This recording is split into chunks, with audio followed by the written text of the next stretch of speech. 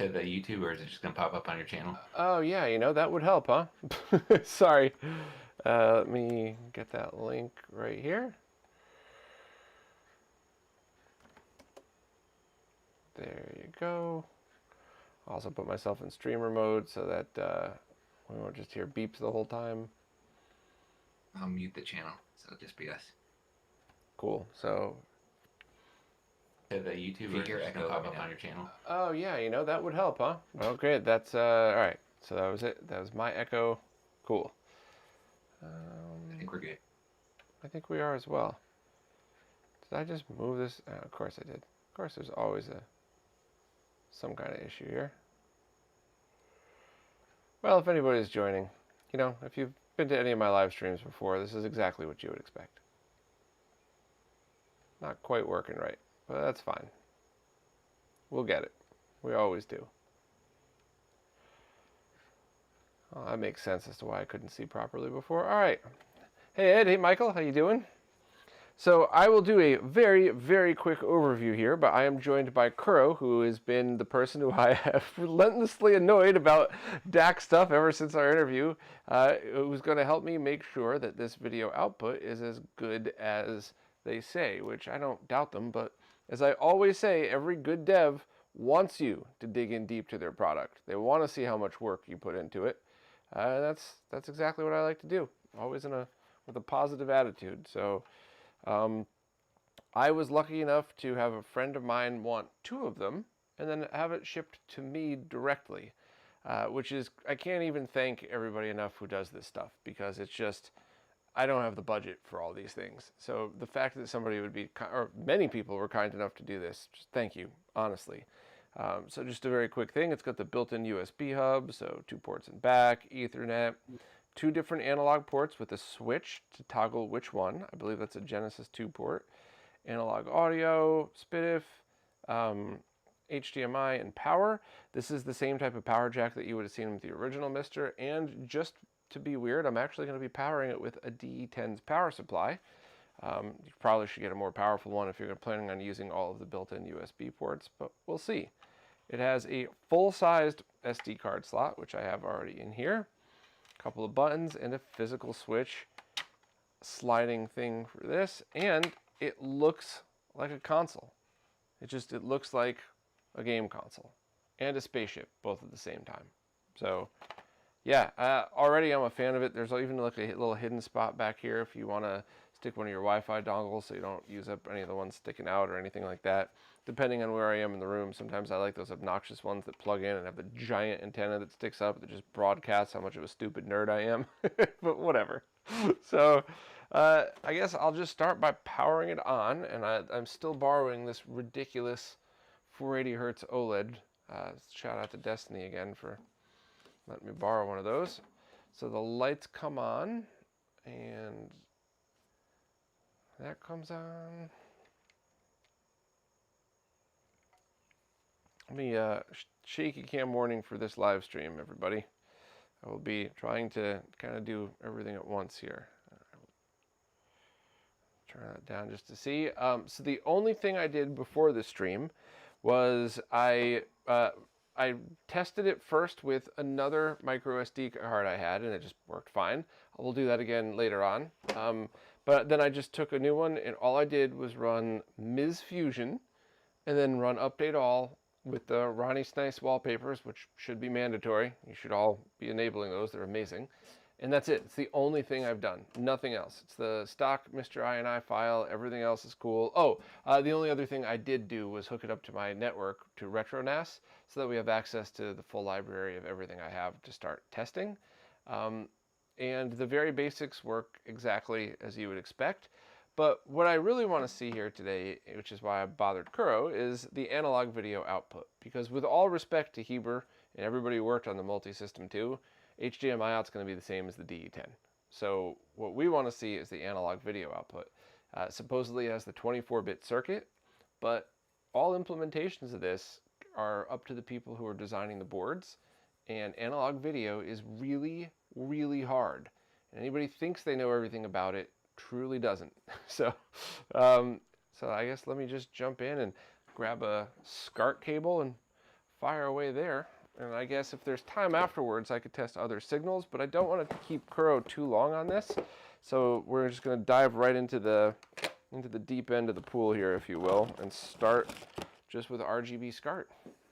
Hey Bob, do you know what DAC they're using on this one? I do not. However, they do have pictures of the board on their site. Hold on, let me drop that link in the chat for anybody who's interested. See if I can find out. Yeah, so if you scroll down to the bottom of this page,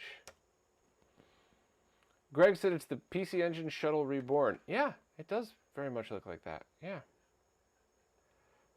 So, yeah, that's a good... It looks like it's an Analog Devices one, if I'm spotting this correctly, but... And maybe we could take it apart later if there's time, but I just want to start right with getting weird. So I'll power on my little test BVM. And first things first is just making sure we get video output at all.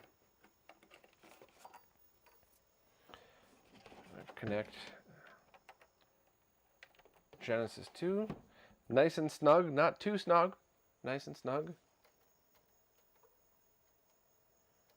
Got no video output, which probably means I need to set my MiSTer INI file, because like I'd said, I did all of the click and wait stuff beforehand.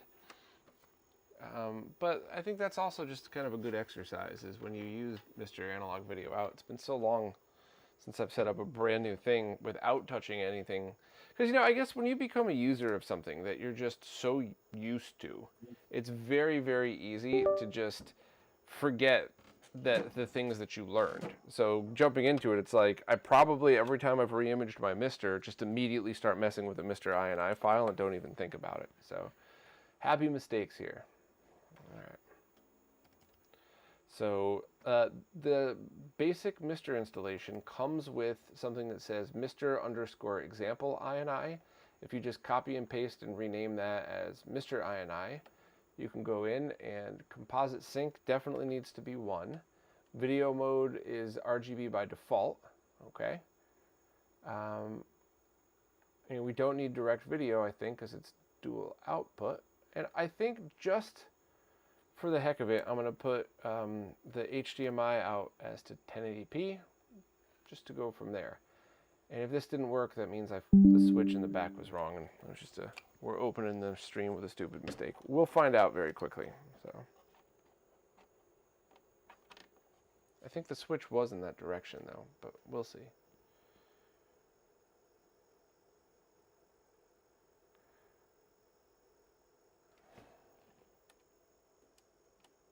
Interesting. I'm not getting anything.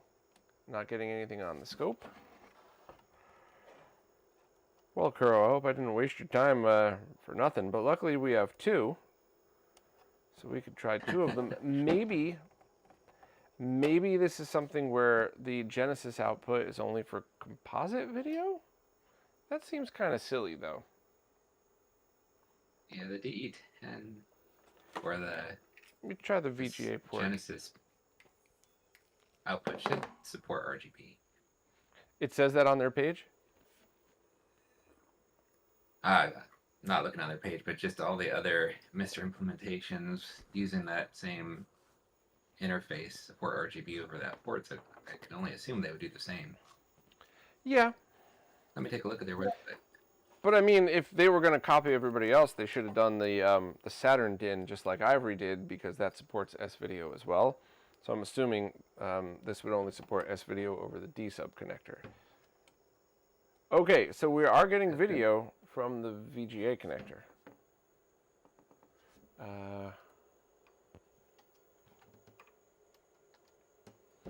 Let me just... So VGA works, but not SCART. Yeah, let me do a couple of things. Let me move you over here so you all could see. Yeah, I know this isn't the least exciting thing at the tiny BVM here, but you should be able to see that. And let me just grab my Nomad and double check my PVM settings here, because I feel like it's the wrong color, but I could be wrong. Shout out to Oleg for sending me one of these to test, and If you're a fan of the Nomad, this thing is pretty badass.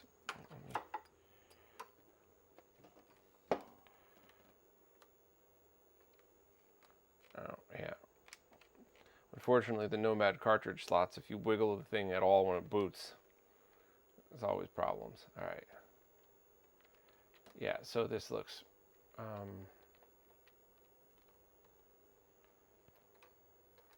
Okay, so it was set correctly. That was just my own stupid mistake. No problem. So it is working. The video output is working from the VGA port, but not the mini DIN. That's interesting.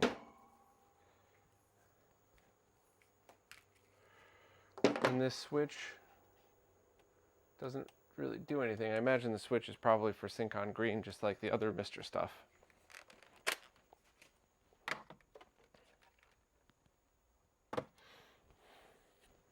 Well, we can always test the VGA port. It's the better port anyways. Yeah, for the most part. All right, so I'm just going to fire up the SNES Core and 240p test suite just for the very, very basics. I think. What just happened?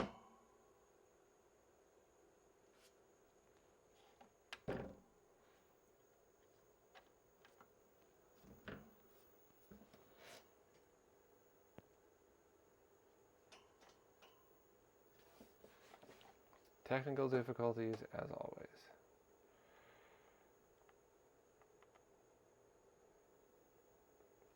See what I'm talking about with these wallpapers? That stuff's beautiful. Oh, I'm waiting for the network to connect. Can you see that on stream? Yeah, you can. That is so cool. All right, Super Nintendo. What do we got?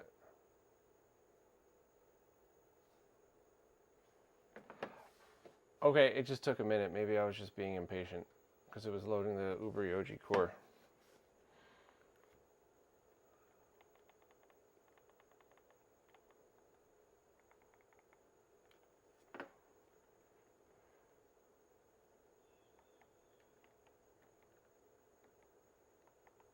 All right, so we get the 100% color bars here just to test the very basics. But I just want to double check one more time. This is a sync on C-Sync Genesis 2 cable. It is one of the cables that has been kind of falling apart over the years, so I will grab another one just to make sure. Oh, I hit the stupid button while I was plugging it in. Okay, good. It just reset. Video. Test pattern. All right, so I'm not getting anything on red or sync.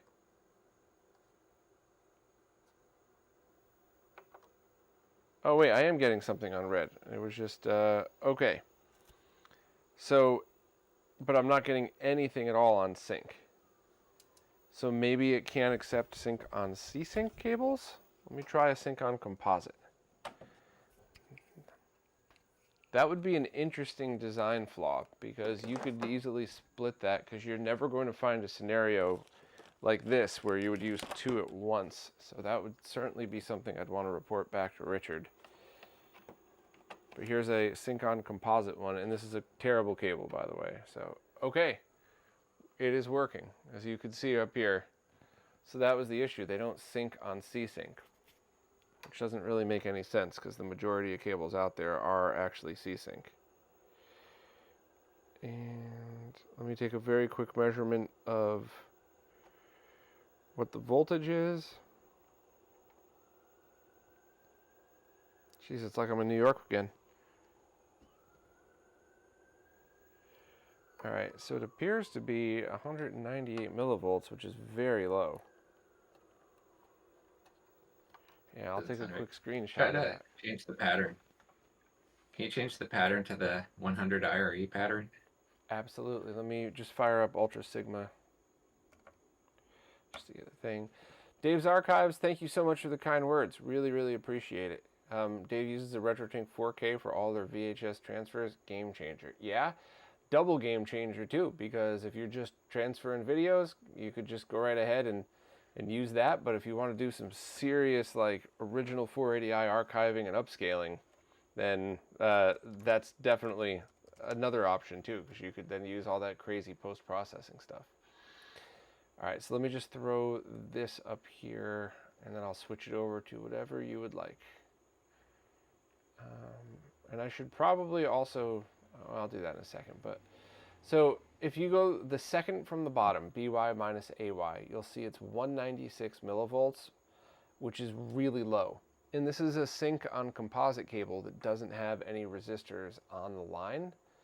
So that's a very, very low voltage sync. Let me turn the aperture down on my camera so that the, all right. Everything else is going to be a bit dimmer, but at least the screens are going to look better. So let me flip this switch real quick just to make sure there's... Now it does change the square wave a little bit better if I flip the switch, but the voltage doesn't change at all.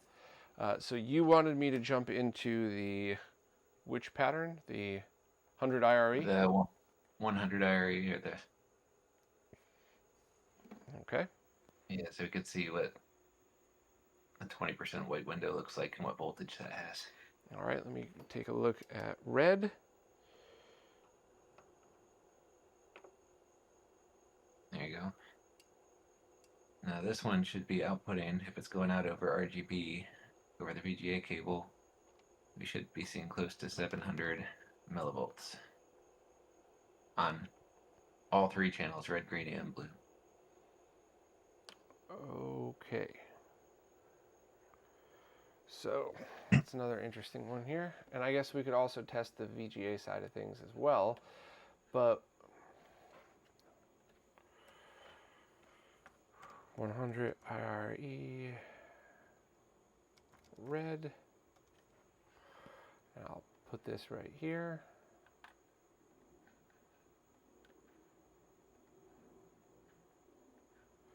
So we see some ringing on the signal. You can see those little points on the top of the square wave, and it's looking at 600 millivolts. Now 600 is dim, but it's not problem dim. It's right about at that line. Would you agree with that? What is it saying? You got... So what I typically do is I measure from the middle of the lines. So it'd be within the middle of those waveforms. So it'd be a hair lower. I'm going to do the usual 100% color bars anyway, just because one of the many reasons why Steve from HD Retrovision basically refuses to talk to me unless I use 100% color bars. I'm being facetious, by the way. Steve's a good guy. But because you could actually tell which color you're looking at just by looking at it, the scope plot. So let me do that again, and let me adjust the levels to the way you like them.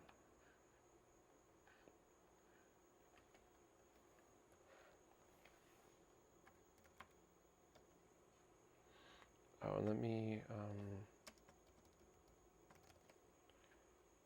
me just quickly label these that they're from the mini DIN, because it's something I've learned a million times over the years, is if you don't label them correctly right away, you're always going to forget what's what.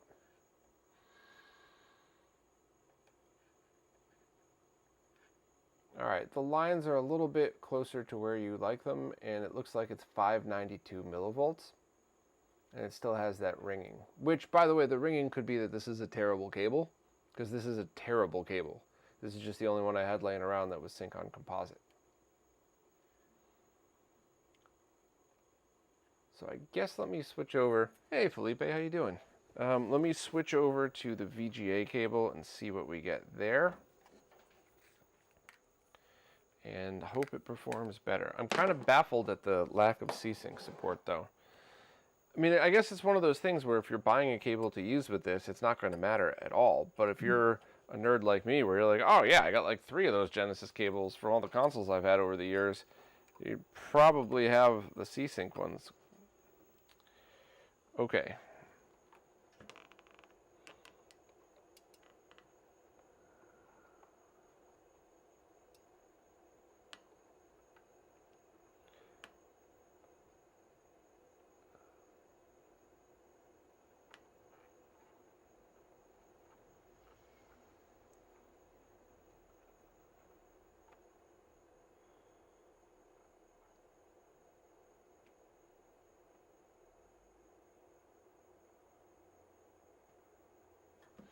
So I'm going to have to start with sync on the VGA, both to make sure that I have the trigger set correctly, but also because it's good to know.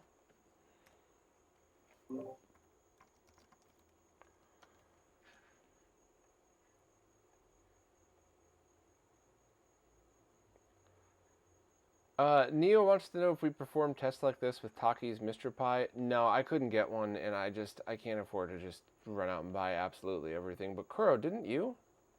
Yep, I've got it on my sheet of all the decks that I've reviewed. So I reviewed his.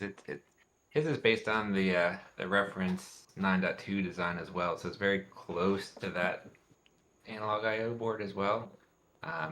It performed well. Is that the 24-bit one? Yeah. Okay, so Yeah, it's his latest performed one. okay. So for anybody who's looking, Yeah, second from the bottom, the voltage 1.1 volts, that is fine, because remember, it's coming from the D-sub connector. It is not coming from the SCART connector, and that's just something where you're never going to run into a scenario in Retro where it's okay to plug a D-sub directly into a SCART without a resistor on the SCART line. We've talked about that forever, and that should just be something that you have to kind of deal with. But now let's, whoa, okay, this is much different. Hold on a second.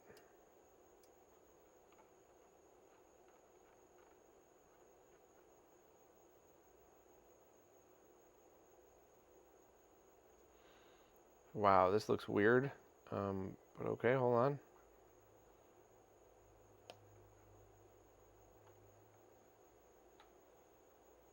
What was the stream like? Oh, we mostly looked at the back of Bob's back. Sorry, everybody. Okay.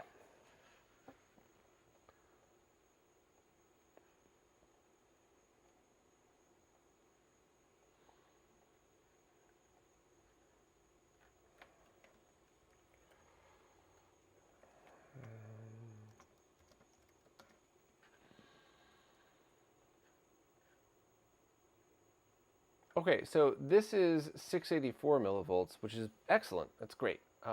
You're never going to, or it's rare to get perfect, and it's always better to be a little dimmer than a little brighter, because you don't really lose any information. But that's kind of a messy signal, wouldn't you say? I mean, it's 684 is not bad. That's pretty good. Well, I'm talking more about the ringing on it. I'm flipping that switch, and the ringing isn't affected by that at all. Yeah, I've never really seen that before, where you see those spikes in the middle of the signal. So That's that, interesting. all right, so I have to say two things. First, I'm not an expert. I'm an idiot that just has expert friends that try my best to listen to these things, so I could be screwing this up royally. But I've seen that before in, in just, designs with issues, but also when you have a scenario in which you don't have the capacitor in a console SCART adapter on the console end. You put the capacitor in the SCART end, and that's what you result in, and it results in ringing on screen. So it's less than perfect video quality on the output side, but that doesn't mean that's what this is. I'm just telling you what I've seen in the past. I have seen devices that look weird like this on a scope, that when I do my link test and zoom in 1,000%, it looks totally fine. But this is definitely not an example of the cleanest video. But let me just run through and grab the rest of them real quick, just to make sure that the voltage is the same, because that's something that you can't really correct on your end ever. So you always want to make sure that the voltage is about the same.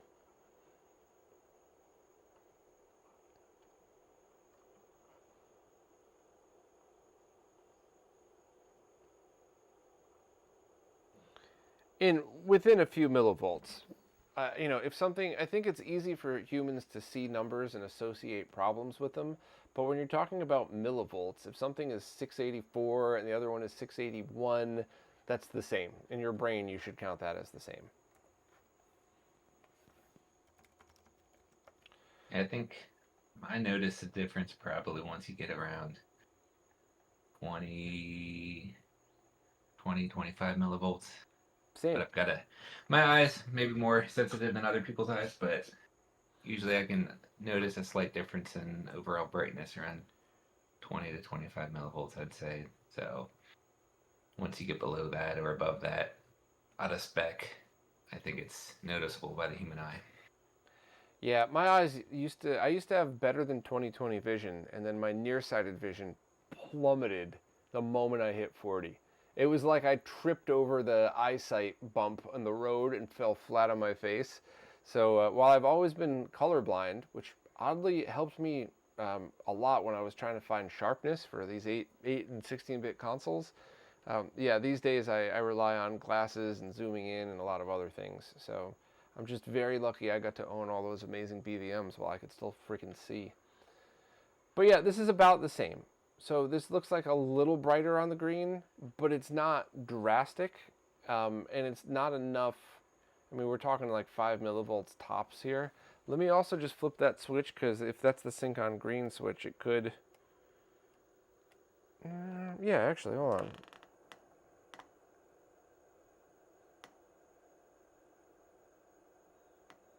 No, it's about the same. And also, too, when you're taking, obviously, I'm clearly talking to the crowd and not you, Carl, but when you're taking analog video samples like this, you could take 10 and they all might be slightly different. So yeah, it looks like the jumper in the other place actually lowers that. So lowers it to the same. So that should be fine. So let me jump over to blue.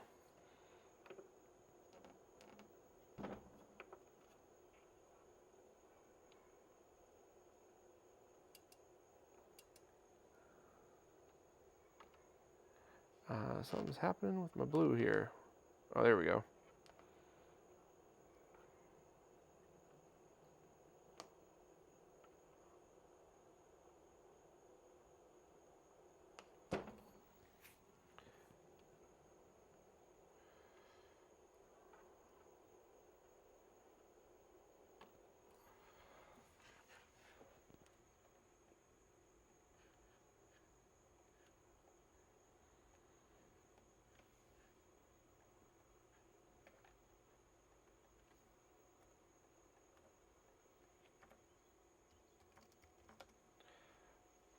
All right, and blue is basically the same as well.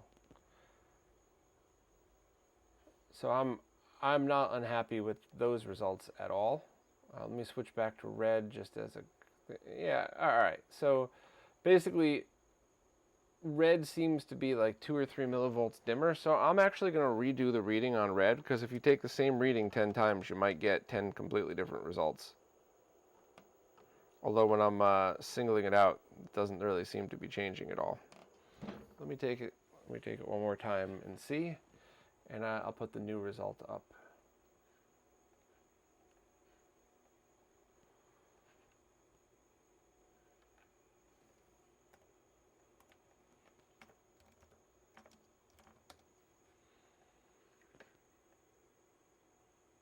Well, it's about the same. So yeah, red is like 4 millivolts dimmer than the rest, which is not something a human eye is going to be able to pick up.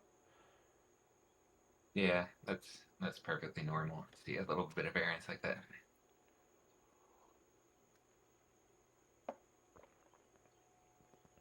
Somebody said there might be jumpers on the PCB.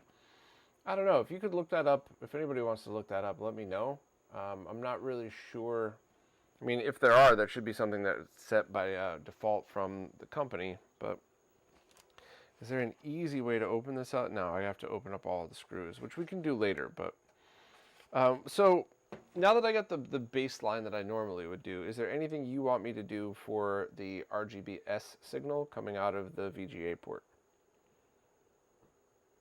I mean, if you want to just check the RGBS signal and see how it's performing, like at 100 IRE and then maybe down to like 50 and 20, just to kind of get a sense of how it's performing across the entire range, that'd be good. Okay. Would you like all of the colors or just any single one? The 100 IRE window, the white window. Right, but for all of the lines, R, G, and B? You can put them all up on there. That's fine. Sometimes I have them all up. Sometimes I just have one. It just depends on what I'm trying to do. The green line's probably the most important, but whatever you got plugged in.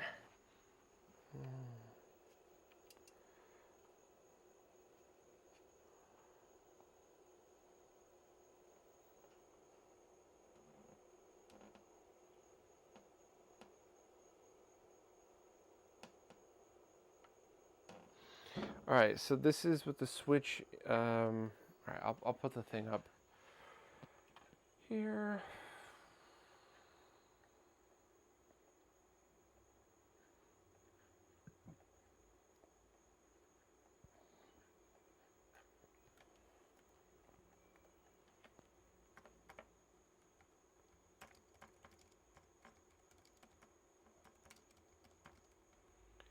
All right, so this is 100 IRE on green with a switch towards the mini DIN. Looks like 712 millivolts. And then let me try it again with the switch towards the VGA.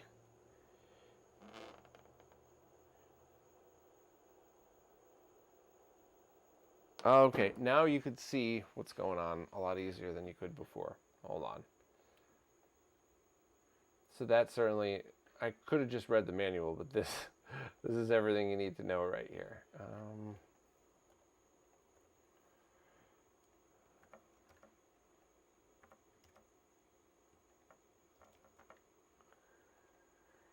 And that's it with the switch towards the VGA side. So that's clearly the sync on green enabled, obviously.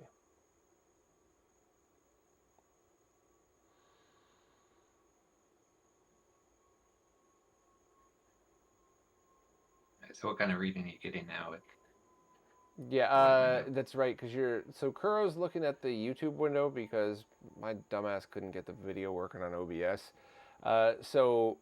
There is a bit of a delay, but I'm looking at the green IRE 100 with the sync on green switch on, and you could clearly see the sync signal embedded into that.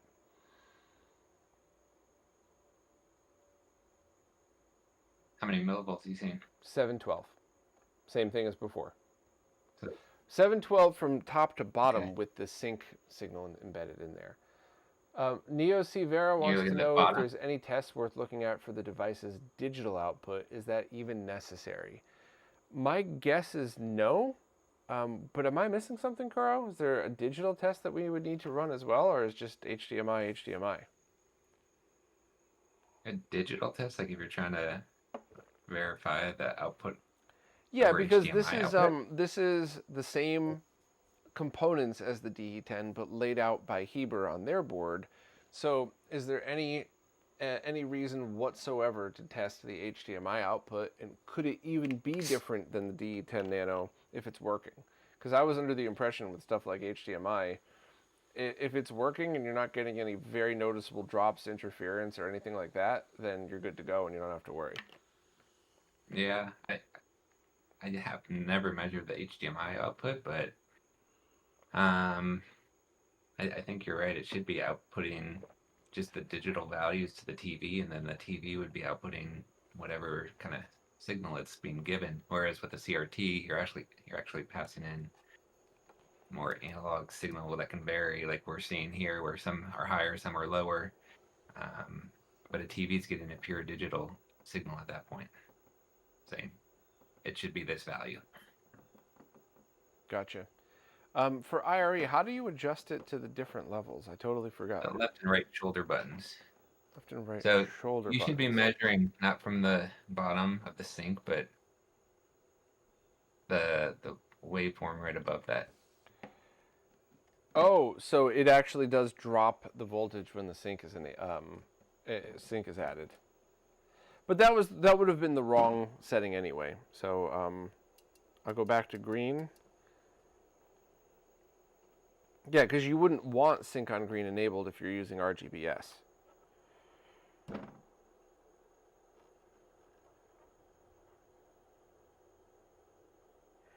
Okay. I have 50% IRE right here.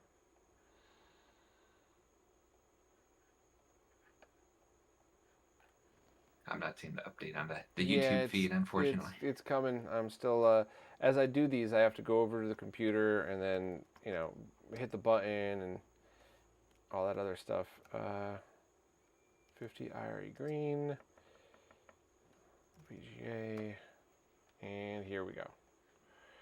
So that is 360 millivolts with the sync on green switch set in the correct position or something like that. And you're not measuring from the bottom of the sync pulse, right? I am measuring from the center of the lines. You know, I could drop these into the chat as we do it. That way you're getting the updates in real time as well. I don't know why I wasn't doing that. There you go. Oh, there we go. Yeah, I see that one. Yeah, that looks much better. So you're getting 360 millivolts at 50 IRE. That's pretty good. So when doing RGB, basically for IRE, you're basically taking 7 millivolts per IRE. So if you take 50 IRE, multiply that by 7, the reference value should be 350 millivolts. So we're at 360, which is good. Mainly because this is the SNES core. Any SNES has the weird S-curve pattern in it where the voltages are kind of in a small S shape if you looked at the entire IRE 0 to 100. So this is perfectly acceptable and normal for an SNES, I would say. So far so good. Can you do the 100 IRE again and send me the picture? Sure. Green 100 IRE. I have it right. I saved all of them, so I wouldn't have to redo it. Switch towards Minidin. There you go. So what I'm looking at now is the MiSTer Multisystem 2 user guide, which I'm going to drop a link in the description to that. All right, so a couple of things, Neo. First of all, so basically for HDMI, it's either picture or no picture.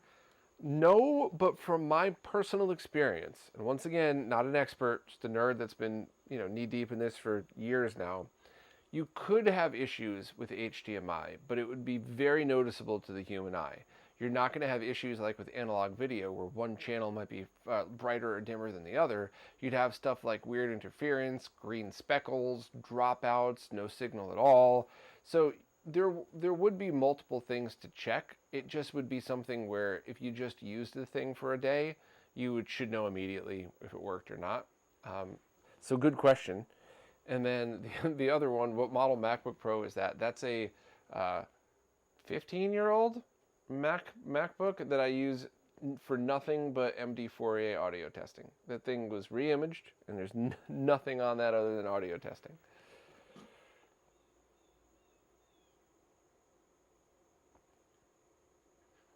So let me go back into that manual and double check what these dip switches do. And it also looks like the pinout is missing multiple connections. I think it's page 13. If you all want to find the page with the dip switches, I'm just kind of going through this in real time here.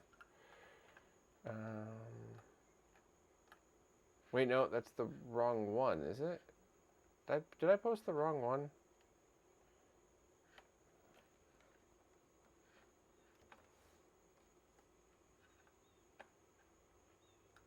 I may have put the wrong one in there. When you get a second, can you check the 20 IRE as well? Sure, absolutely.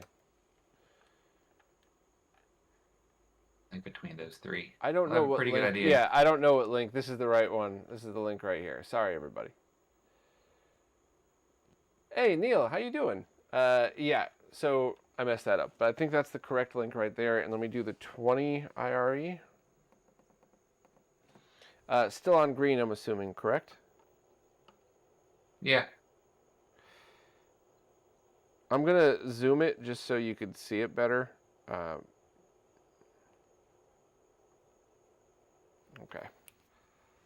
It looks like 150, but let me do the Ultra Sigma thing.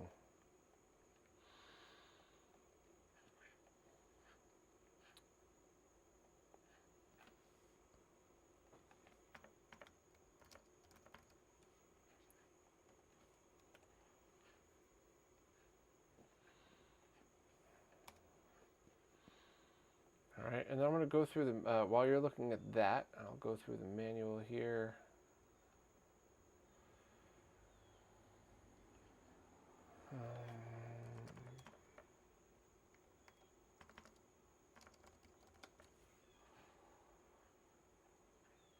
Yeah, it's probably pretty close to 140. to be at 140 millivolts for 20 IRE. Okay, just for Seems anybody who's pretty much. following, page 13 in the manual shows that pin 4 is composite sync, which was composite video on the original Genesis 2 mini DIN, and pin 5 is not connected, which is not good. That should have been, in fact, 4 and 5 could have just been bridged together, because you're never going to run into a scenario in which both are connected to. So that truly means that if you don't have a sync on composite Genesis 2 cable, it's not going to work. So that's not good at all for anybody who wants to use existing cables, because the sync on C-Sync ones are the ones to get by far. So yeah, that kind of stinks. And I'm trying to find the dip switch settings as well. If anybody wants to help me, I'm gonna check the chat here in a minute. Carther, what's wrong with this one? Nothing so far, really.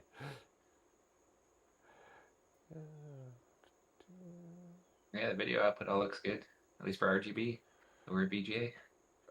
Okay, and I was still on the 50 in screen. Sorry, everybody. That's the 20 is 150, and that should be good for that, correct? Yeah, reference would be 140, so okay. You're pretty much there. Sorry, everybody. It's been a long week, and I just poured myself a glass of absinthe before the stream, so who knows? Maybe I'll get a little loopy before this.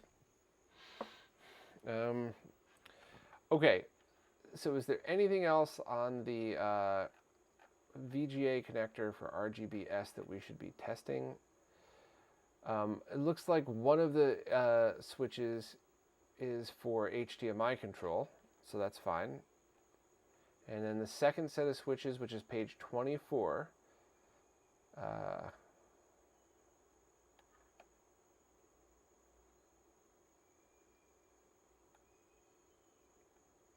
think that's sync on green and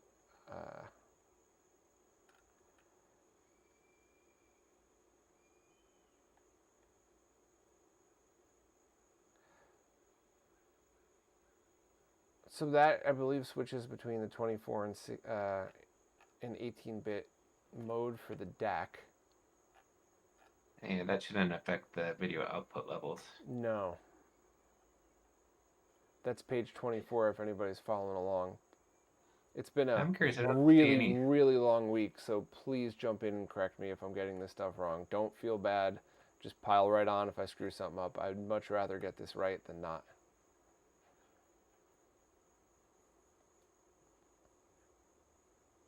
I don't see any reference to component output on this thing. I'd say we could try that, but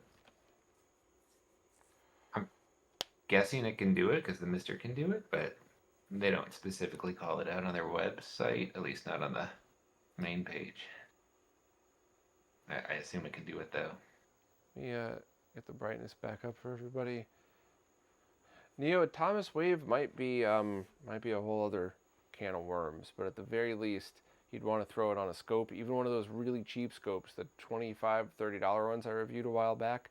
Don't ever use those for development, but for stuff like, hey, what's this cable I should be using? Totally fine. All right. What would be the next thing we should test with this one?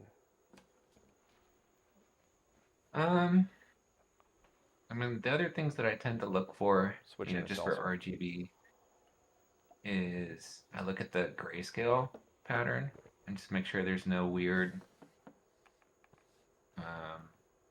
out of spec stair stepping in the grayscale pattern. There was one device I tested, I'm trying to remember what it was, where right around 50 IRE, it's the analogizer for the analog pocket. Right. I tested that device, and right around 50 IRE, it had this weird jump in the grayscale pattern from like 40 to 60 IRE. There's that bigger stair step there, which would obviously be out of spec and not good. So that's another thing I tend to look at, is just make sure that that grayscale pattern is even all the way throughout the IRE range. All right, let me capture one of these. I'll send it to you. 40p Test Suite has all these great patterns for us to test with.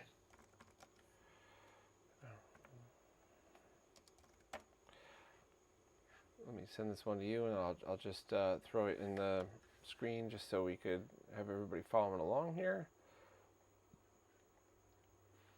Yeah, that looks normal to me. Nothing crazy. Yeah, it doesn't stand out to me either. Woo! I got a mini buzz here. I barely drink anymore, which is weird. I know anybody that's been following the channel for the past decade is probably horrified by that, but this was half water. That's all I drank so far, and I think I got a minor buzz going. I'm switching back to fizzy water here. I'm not driving anywhere today, so it doesn't matter, but woo! Stay hydrated. Apocalyptic MiSTer. I'm drinking absinthe, one of my favorite special occasion drinks. Special occasion or you've had a terrible week drinks. Why not? Somebody called me a hipster once for doing that, and I wanted to reach through the computer and smack them in the face. Hipsters do things ironically. I do things because I like them. All right. So is there a way to lower the brightness on this one? Or the gray ramp is everything that you would need just as is? No, that looks good as is. I'm just manually over here checking the different colors to make sure I don't see anything crazy. And all of the colors look exactly the same. There's no stair steps missing. There's nothing like way out of place. You know what? I'm even gonna man up and put my glasses on to double check here. But yeah, rather than spend 5 minutes wasting everybody's time here, I'm just gonna. Yeah, it's the same. And it's also the same in that red is a hair dimmer. When I say a hair, to be clear, if you're just joining, not noticeable by the human eye, only noticeable by a scope. So, yeah, I don't think I've ever seen a deck that has been 100% across all the 3 channels of RGB. Usually there's at least a couple millivolts. It's when you get up into the 10, 15 millivolts, that's when I start to question the board. Yeah, so FBX, I might want to check the digital display to make sure it's not crushing colors. So you're talking about the, I think I know what you're talking about here, because I was just talking to somebody else about a secret project they're doing. You're probably looking at this. And from an eyeballs standpoint here on both the OLED monitor is obviously flawless because it's HDMI, but I'm going to stare at it so that I could like kind of compare to here, and it looks just as good on the PVM. So I do not think there's any color crushing going on whatsoever here. But great to ask. Good call. Okay, so what's next? Should we try, is there anything else we could do to verify that this DAC is good enough? On the VGA port, that's what that is so far on the VGA port. It is low on the Genesis 2 mini DIN port. The voltages are lower. We could just double check that real quick with the, you'd probably want the IRE pattern for that, right? Yeah, you do the same exact test. Just make sure it's trying to, it's close to that 700 millivolts. As long as it's still an RGB signal and we're not sending an S-video or composite signal, then it should be a little bit higher, but should not be lower than 700 millivolts. Does anybody know, did they post that manual when the pre-orders were open, or did they post it recently? Because if they posted it when the pre-orders were open and I just missed it, then I'm a moron and I apologize, because that's definitely something I would have told them about.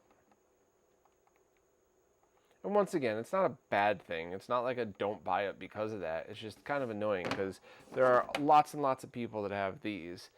And granted, depending on who you bought it from, if it's old enough, it's probably dead by now. But if not, then, you know, you could still use it. So, all right, let me get the sync in there.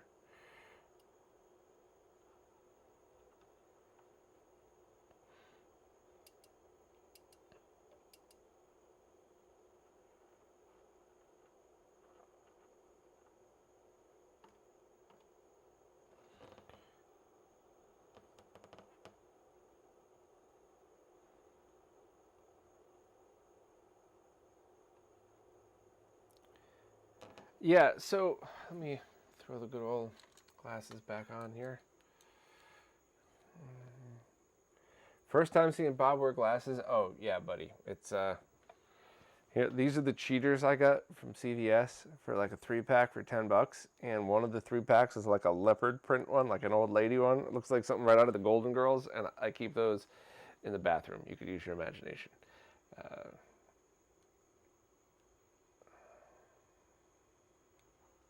All right, so just to confirm, the output on the Genesis 2 mini DIN looks to be like 588 millivolts.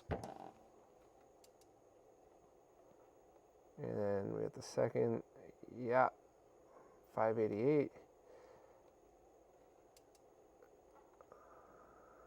It's the same on all three, so that's fine. I mean, the sync voltage is very low as well. So this is one of those things where right off the bat, I don't know. I wouldn't recommend using the Genesis 2 mini DIN for RGB. It's probably there for composite, but I don't know how you would get. I don't know how you would get S-video out of it. So that was a weird choice. I'm not sure what was up with that. I wish Richard was here, because it could be one of those things. Let me just throw out a disclaimer here. I did a review a while back of the Omega MVS. In the original review, I had so many things where I was like, what the heck would you do that for? Why would you do that? And the creator, Quan, jumped on a Skype call with me and politely answered every question I had. And out of the 9 complaints, like 7 of them, after listening to his explanation, I was like, that makes sense. I would have done the same thing. That was the right move. So maybe that's the scenario here, but this doesn't make sense to me right now, drinking absinthe on a Friday night while testing this with Kuro. I don't know. This doesn't seem like the right option to me, but the VGA is. That's fine. So is there anything else you would like to see, Kuro? I know you only got about 10 minutes left, so is there anything else I would jump, you want me to jump in and do? I mean, I would love to see component, but I don't know if you have the time to get that all set up. Let me see if I can hurry up and do it. So Have to. My guess is you'd have to change the MiSTer INI file to support component. Yep, which I should be able to do very, very, very quickly. And then I could send you the results after the fact as well. If you want me to, like, if you got to go, then we just like, we'll write down a quick list of the stuff you want me to test while you're gone and go from there. Yeah. So video mode, YPBPR. And device is coming out now, like the new one from Taki that's gonna have component output, I think, on the board, right? I don't remember, to be honest with you. And I'm also, there's a lot of announcements of stuff that is very far in the future, so I'm always very careful about that.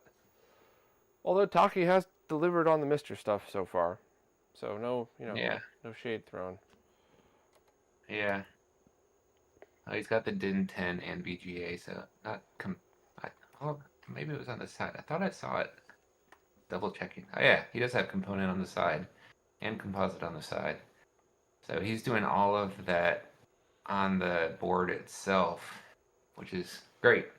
And you can hopefully get component output and RGB output without having to mess with the INI files.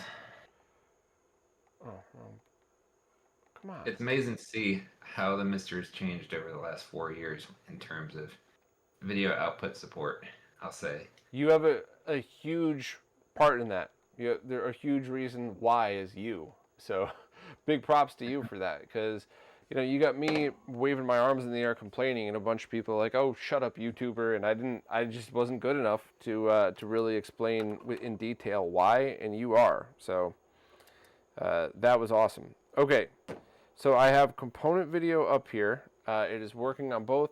Let me throw on the other pattern real quick, just because that's the one I'm used to seeing, but I'll get your IRE pattern. And I just want to measure the green or Y channel.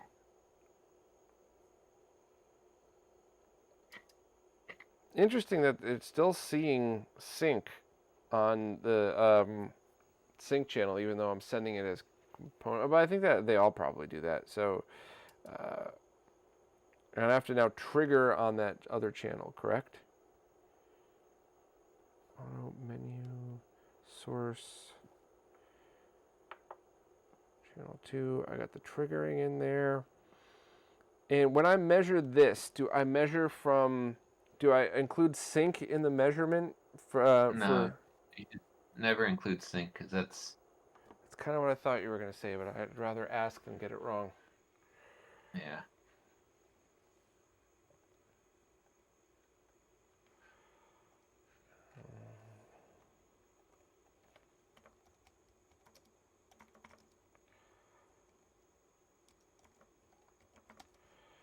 You drop it into for you, and I'll drop it for everybody else, and you can explain what we're looking at.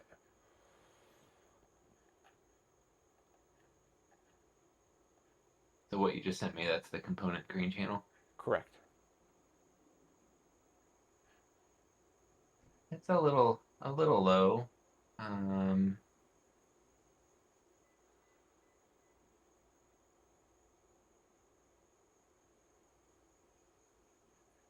Yeah.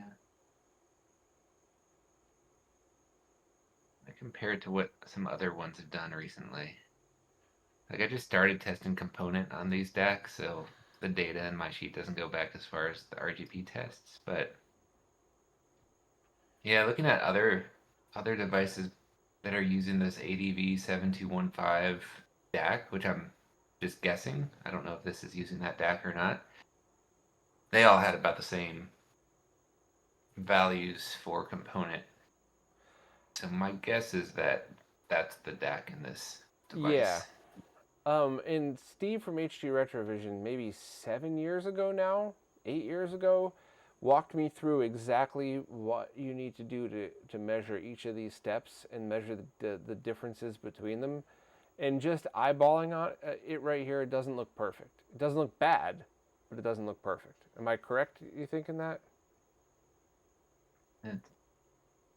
This is the color pattern. I see the 100 IRE pattern on the screen behind you. No, that's the color pattern. I'll switch over to 100 IRE right now. Yeah, I typically don't test with the color Also, bars. do you see that I'm getting a weird flicker up here? That's odd. I don't ever get that.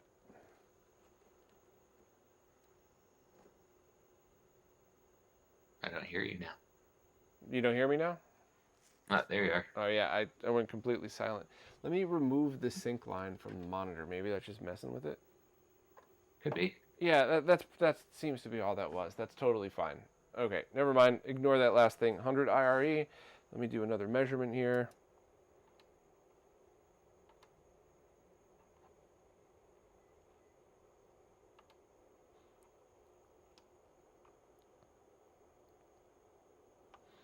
Okay, I will send this to you and throw that up there.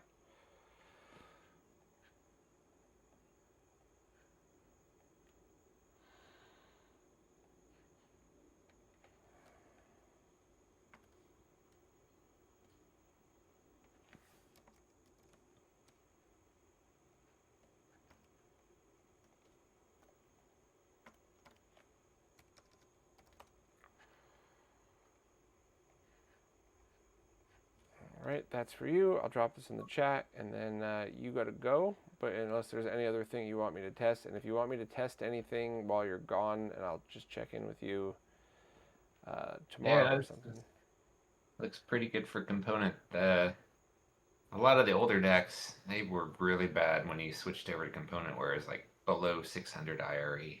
Wow. The MiSTer devices that were made, I'd say, early last year and before, they had horrible component output. Everybody was like, I need a DAC to just do component, like a HDMI to component DAC. But I'd say, ever since, let's see, the latest reference 9.2 board's good at component. The new MiSTer add-ons board's good at component. Anything that's using the ADV7215 chip has been good at component, I'd say.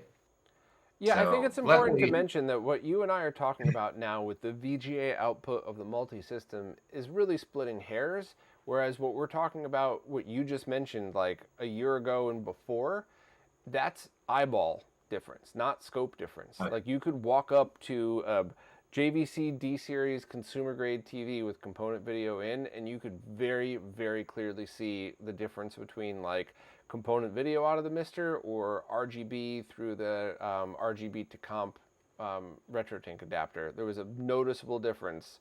You know, we don't even need a side-by-side comparison. It was really bad before. So I had documented that pretty well, I think. I think that's what forced a lot of these companies to start using better DACs. yeah. So is there anything you want me to check while after you've stepped away, or should I just kind of fumble through the rest of this, check a few other things, and go from there? No, I think that's pretty much it for now.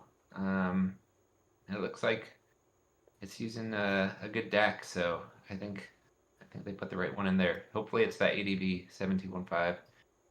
It looks like it is based on the readings you got, but if not, curious which one it is if you ever pop it open and take a picture of the actual DAC on there. Yeah, I'll probably do that. I'll probably do that now just for the heck of it, just to close the stream out. But Kuro, thank you so much for once again donating your time for this research. Like honestly, stuff like this feels kind of like a thankless task sometimes, but I want to remind you once again that lots of people are noticing and appreciating.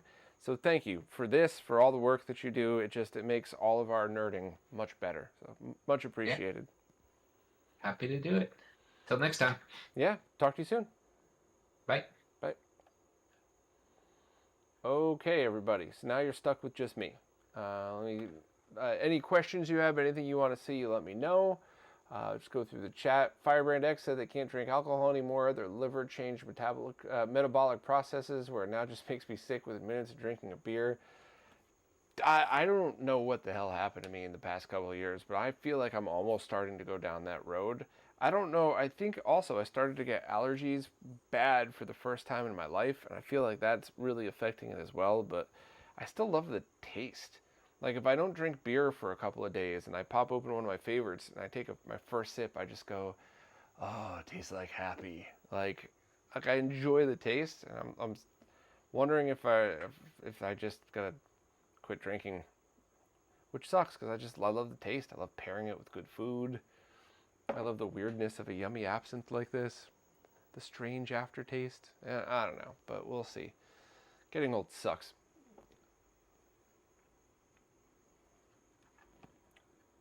Ash said he's old too. We're all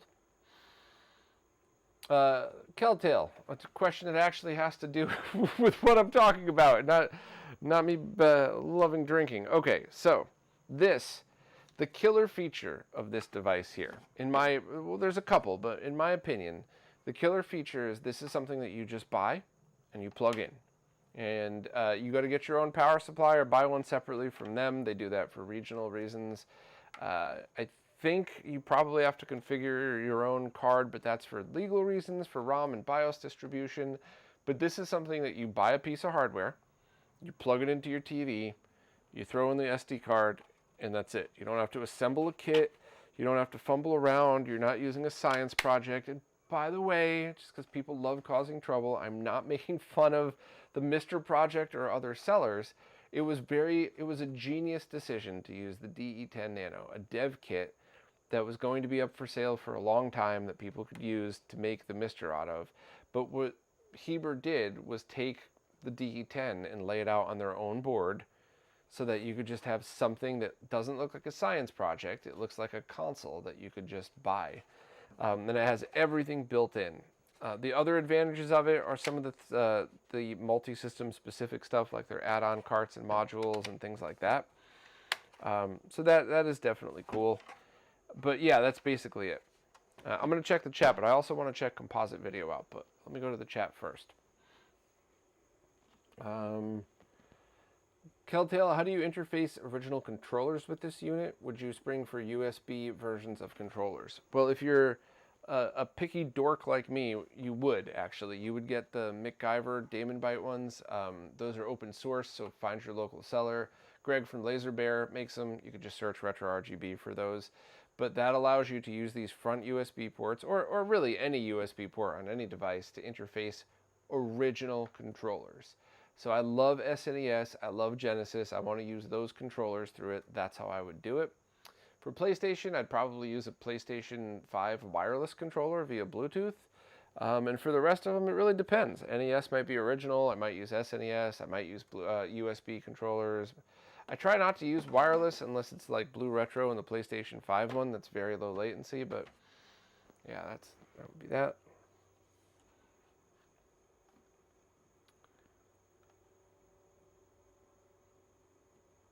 Ha!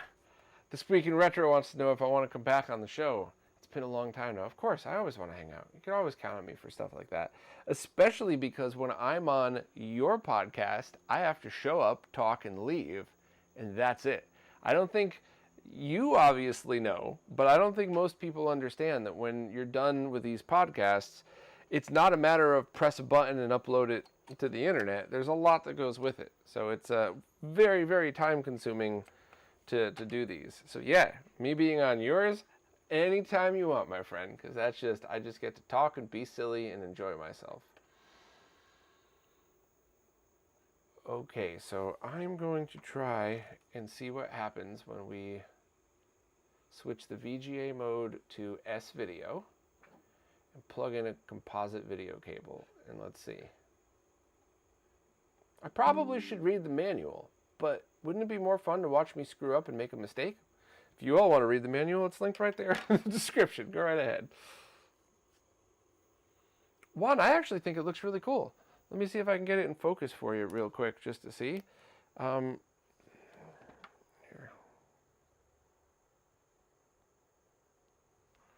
Is that decent focus? Yeah. So let me, for some context here, let me put a DE10 based kit next to it. This is one of my favorites from Retro Castle. I did a whole video on this.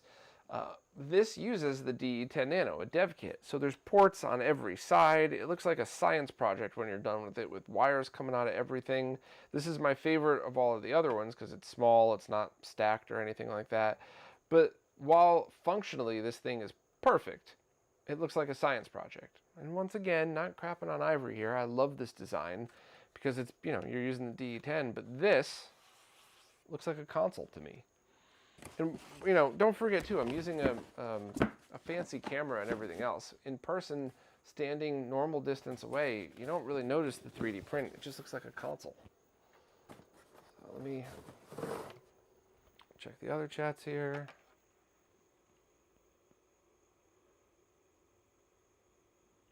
Let me leave a link for the controllers for you.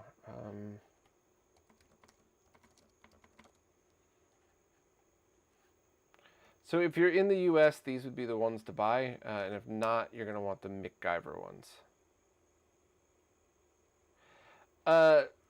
Hey, This Week in Retro, DM me on Discord. YouTube blocks all links.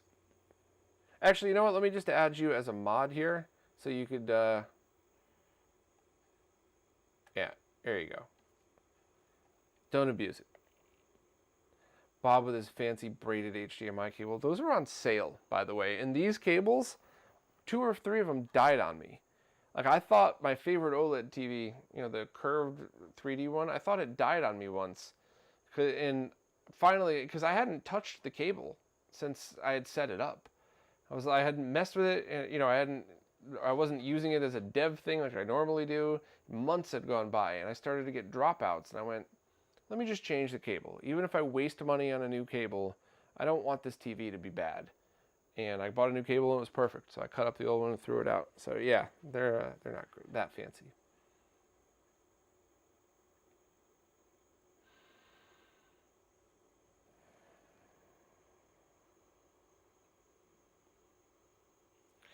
All right.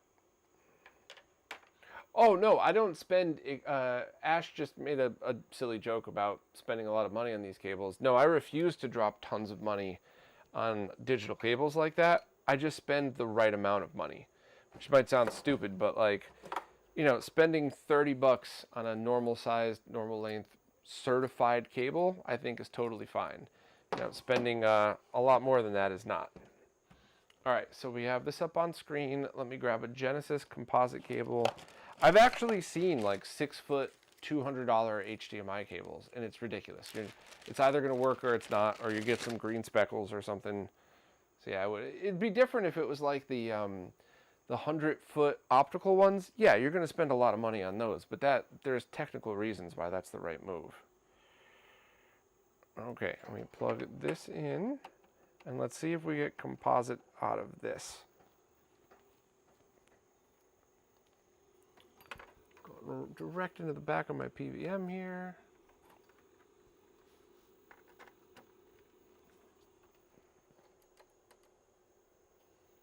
Nope. Let me grab my trusty old Nomad again to make sure my PVM is plugged in correctly.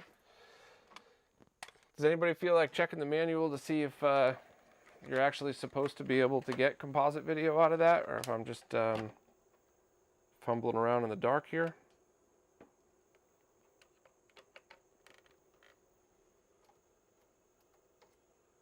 Okay, I had it set wrong. I may have spoken too soon.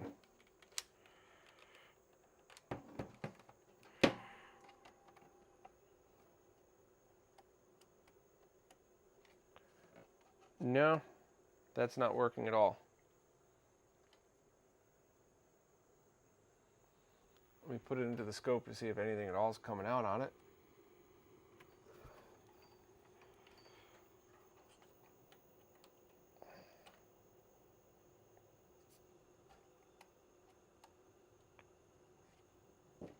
It appears that just sync is coming out. That can't be right. Let me just try a different thing then and see.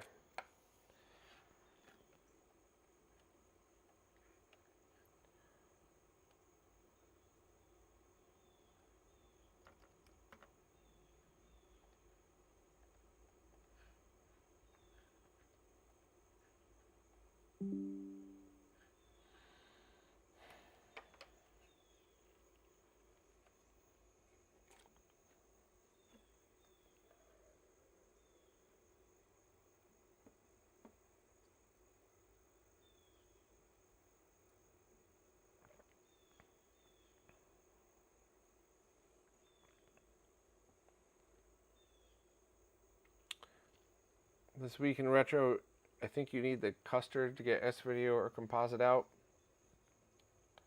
It's such a weird choice of DIN connector then. It just kind of makes that Genesis mini DIN connector useless. The specific monitor being used on the bench, this is a gorgeous 240, it's 4K 240, 1080p 480 hertz OLED monitor that my friend Destiny is letting me borrow. And I was using it because I was working with Mark from Blurbusters on some BFI stuff, but he got super busy on something else, so I got nowhere with that. But yeah, that is ridiculously good. Like, holy crap good. Yeah, so I'm not getting that at all. I'm not getting anything from the composite, even with those settings. So that's weird. I don't know if there was something I was supposed to check in the manual or the dip switches. I don't think so. I didn't see any, but so for anybody just joining, without talking to Heber, without going back over my tests again, just to make sure I'm getting everything right, my overview on this product is HDMI out's going to be perfect. If you like the form, function, and functionality of it, that's going to be fine too. I think it's awesome, but you're certainly welcome for your own opinion for that. The only complaint I have about this is the Genesis 2 style mini DIN's kind of useless. The video output is dim. It's not very good. It doesn't allow you to use sync on C-Sync cables, and it doesn't allow you to get composite video. I almost would have thought that would have been better if that were just an S-video jack.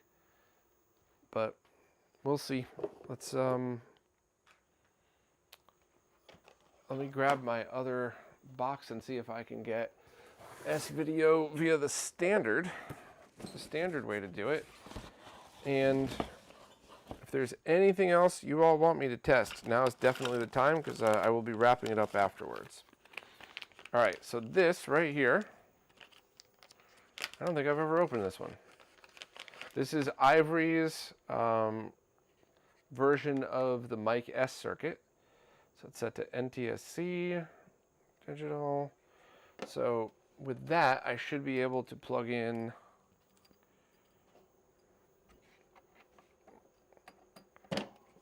VGA into this. Don't know if it's going to be self-powered or not, so we'll have to find that out in a second. Oh, that's right, I need the adapter. Good thing I have just boxes and boxes and boxes of adapters. Let me set that back to auto.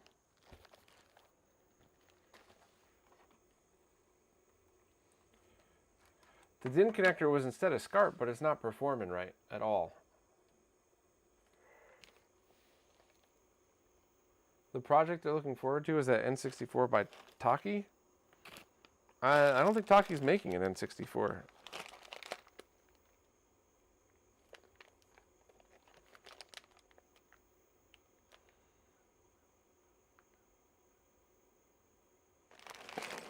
Yeah, Mike Simone, the Mike S adapter. Thanks, Ash. Mike's awesome, by the way. I talked to him a lot at the beginning of that, and he was super, super helpful. All right, so let's start with, I guess we'll just do composite and go from there.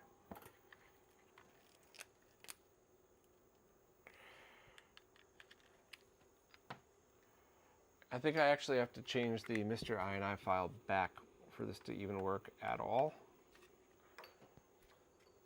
And I might even need to power this too. No, it's working, but it's not set correctly. So let me plug that back in, and I might have to grab a USB power as well and see.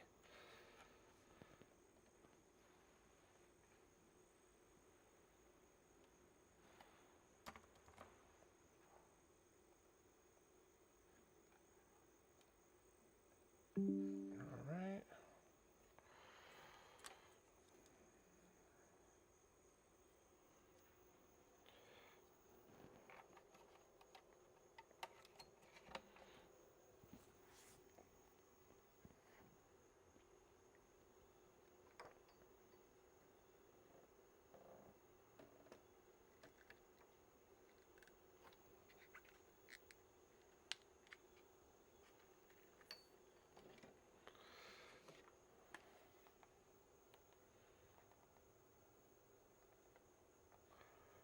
We just throw on any core just to see the color.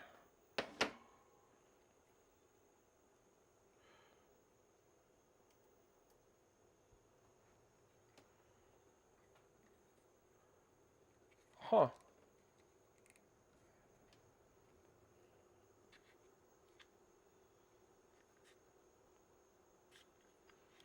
Odd that we're not getting color off of that when I have it set to... Well, let me try the S-Video cable instead and see if we get color off of that, and we'll go from there. But what I'm testing now, by the way, is the standard VGA adapter that you could use on any MiSTer I/O board. Not necessarily this one, any MiSTer with a VGA port on it.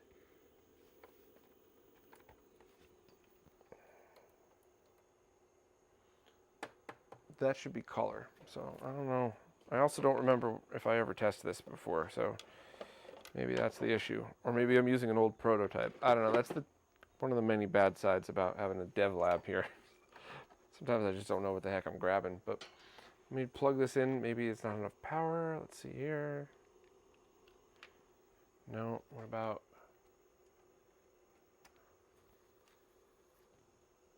Is it going to be S-Video until I load an actual game?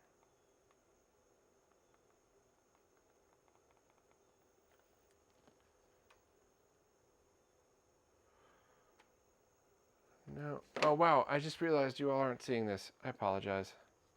Let me get a view where you could... Okay. So what's going on right now is the S-Video out coming out of this is black and white. It's not color. And I'm trying to test to make sure there's nothing different in the MiSTer Multisystem 2 that's preventing this from happening. And there shouldn't be anything. unless I'm doing something wrong, which I very well might be. So any other questions, fire away. I'm going to keep checking this stuff out, and I should be done with the stream fairly soon. So.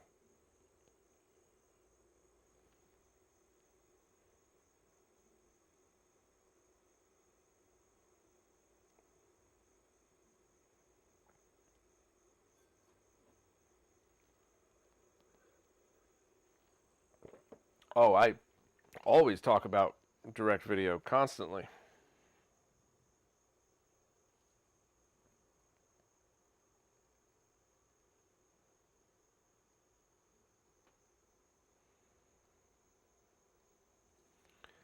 All right, so let me take another look at my MiSTer box here and see if there's a different adapter I was using. No, not that one.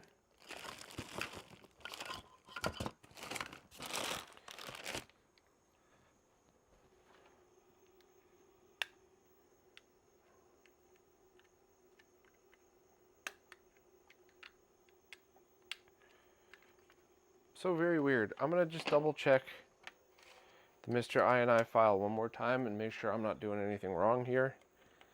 But I always remembered when I was trying to set it to S-Video that the only things you had to change were composite sync 1, which is just what I always left it on, VGA mode equals S-Video, and not actually ever use CVBS. Even if you're getting composite video output, you're using the Luma trap on the hardware board. The CVBS setting is just something Sorg added just to have something for testing. So you only use VGA mode S-Video. NTSC mode 0, that PVM does both, so that wouldn't really make a difference. And you wouldn't need direct video for this because it's going out of the analog video output port. Yeah. So I'll try one more time and see what happens.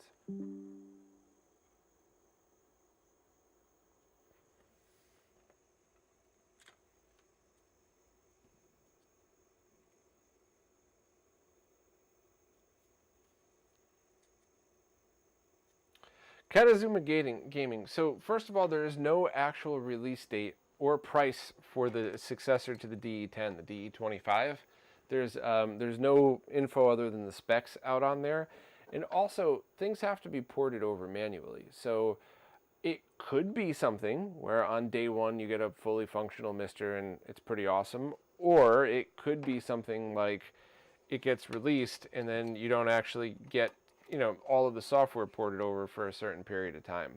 And so if you're interested in the MiSTer, I would get whatever's available right now. And there's some great stuff out there. As much as my job is to nitpick, I love this thing. This is awesome. The only thing I would say, the only negative thing is, you know, I wouldn't use the Genesis Mini DIN. I don't know what happened with that. But other than that, it's been great. Is my monitor off here? There we go.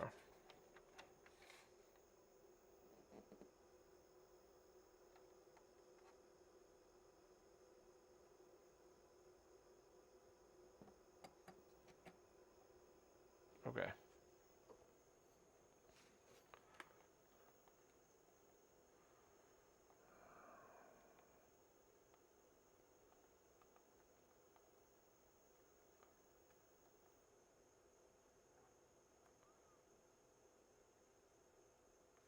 Yeah, interesting.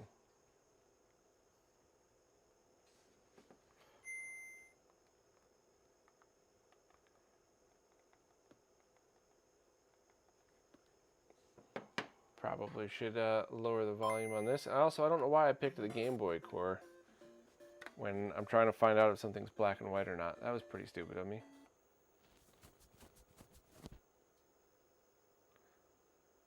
All the Hotego stuff has the S-Video thing built in, right? So let me X-Men versus Street Fighter. Let's see with that.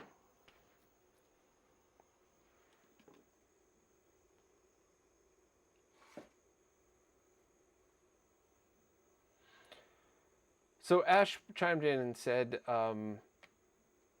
it looks like basically all of the MiSTer framework and all of the cores would need manual editing to get them to compile on Cortex 25 for the newer Agilex chips, which is kind of what I assumed for that.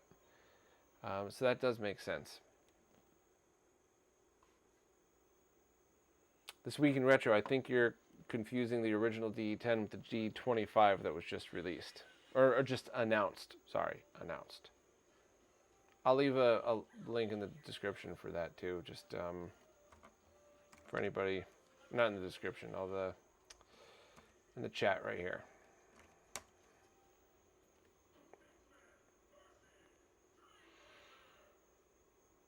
Yeah, Ash makes a good point. Not many cores at the moment even need to take advantage of the potentially higher clock frequencies of the faster D25. So if your favorite stuff already runs perfectly on MiSTer, there's no reason to use it.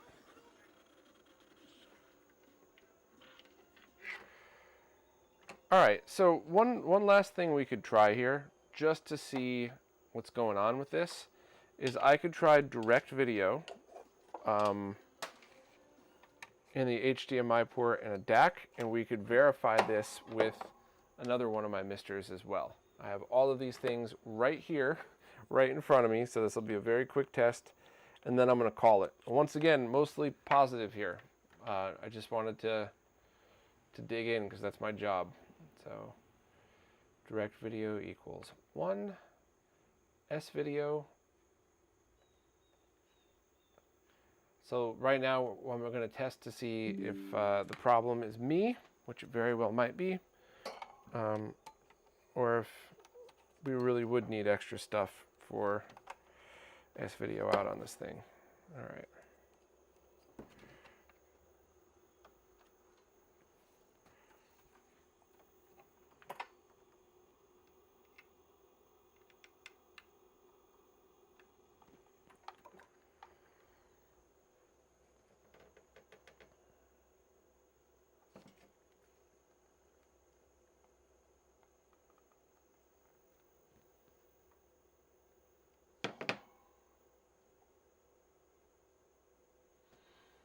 No, it's still in black and white. Well, all right, so that means that the problem isn't the multi-system. It's something I'm doing, which I don't understand how that could be a thing.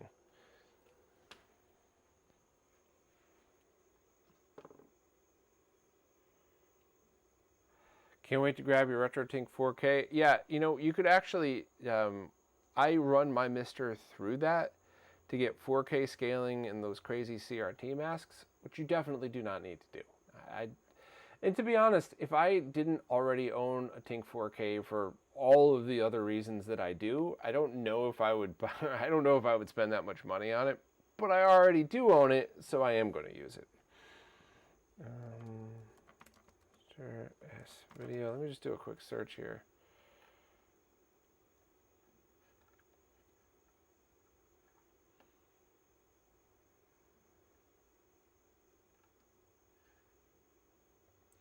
So does anybody remember if there was anything else to do to enable S-Video?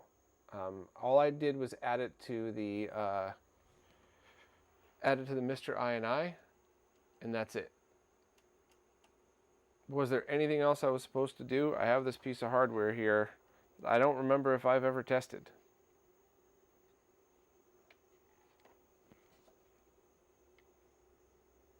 There's 2 switches on it, and yeah, neither of them get color.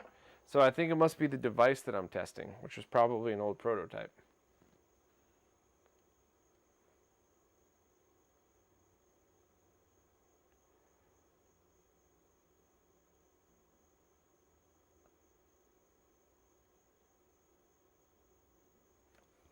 I mean, I could try composite too, Ash, just to see, but I mean, the last time I tried doing this, it just worked.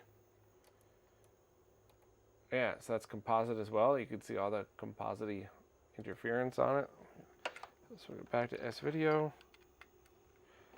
So with direct video, meaning the HDMI out, I didn't think there was anything else necessary whatsoever other than setting the MiSTer INI file to S-Video with no other changes whatsoever.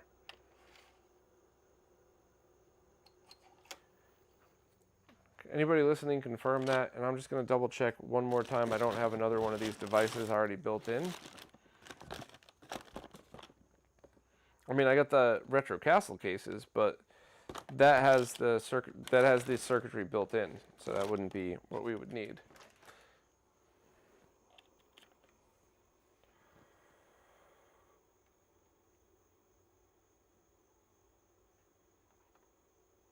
Juan, is it like $800 for a scaler? It depends which one you get. I mean, you less than a RetroTink 4K, you wouldn't need it with the MiSTer, because the MiSTer does everything else that you could imagine. But if you're talking about other consoles, you could build yourself a GBS control for $25. That's great.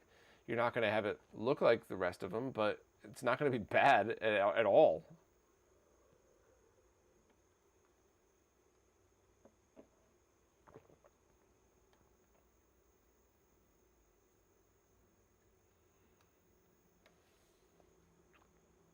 I'm just double checking the MiSTer INI file right now to make sure I'm not forgetting anything.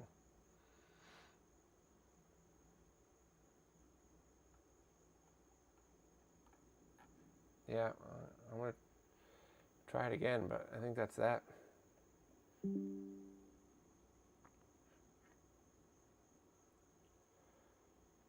Oh, Shadow Mask, I'm bumping up against the Shiro stream. All right, I'm going to shut up really quickly. Let me just test this one more time.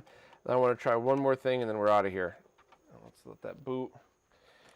The other thing I want to try while we're waiting, this is my current MiSTer. It's what I've been using since it came out, the Retro Castle version.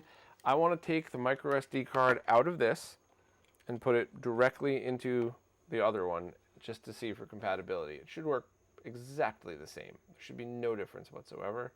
I just, want to check.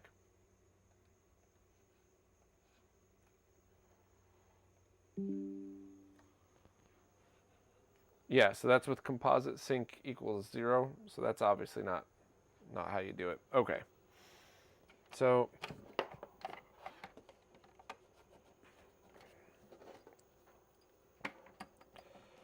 plugging this back in.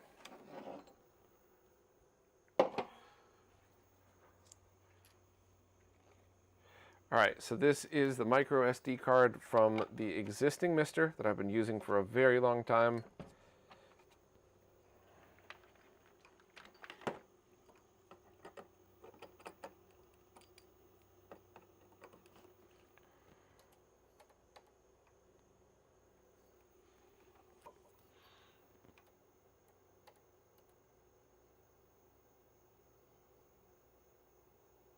Uh-oh, did I speak too soon?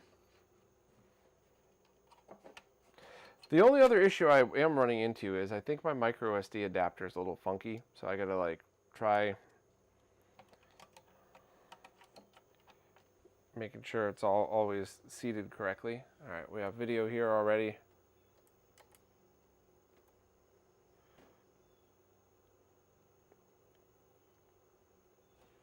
So everything is working exactly as expected. So there was zero reason why that shouldn't work, but that should just be a visual cue to you that this is the exact same MiSTer setup. The hardware advantages are really that it's one contained product without having multiple things stacked on top of each other, and that and that's basically it.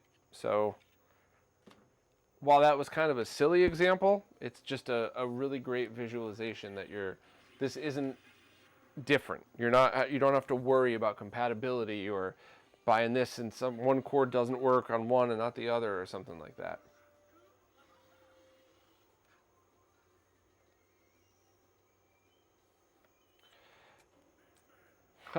Wrestling with gaming, a CDI would never have that problems. This Week in Retro is confused with what I'm doing. I was just double and triple checking that everything inside the MiSTer INI file was the way it should be for getting S-Video out. So I think maybe the device I bought might be off or something. I don't know. But that also might be a prototype that I tested and forgot to label. I'm usually really good at that. So I think for these S-Video and composite tests, the only thing that I think matters is that I wasn't able to just set it to S-Video and composite and use a Genesis cable, which is what I really hoped that mini-DIN was for. In reality, that could have been a Saturn port, and there could have been other switches on there that allowed it to do exactly what the Retro Castle cases do, where it switches between composite, S-Video, and RGB. I guess the only other thing, just because it's here, let's test the second one. And do you all want me to pull it apart? I could if you really wanted me to, but I think they have pretty good pictures on their website of it opened, but I could certainly take it apart if you want.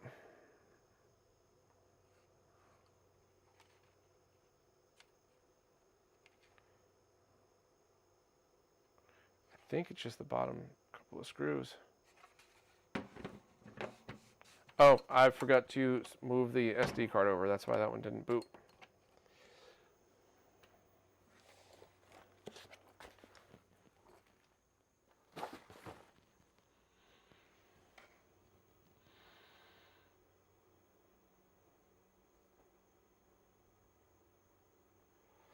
Where do I usually get my CRTs from? Side of the road, people throwing them out. I try to avoid listings online because they're usually ridiculous.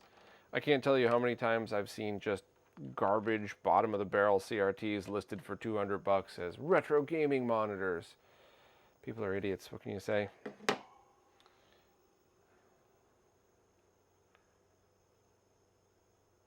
I don't know what I just loaded up, but this doesn't look like the SNES core. No, I must have hit something else. Well, obviously you can see all this stuff working, so that's fine.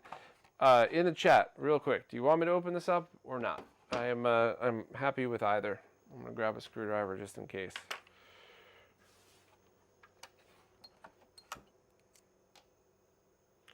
So this week in retro, I hear you on it's a replacement for the SCART port, but I don't think you're understanding what I'm saying. And I'm not trying to be a dick. I'm being blunt.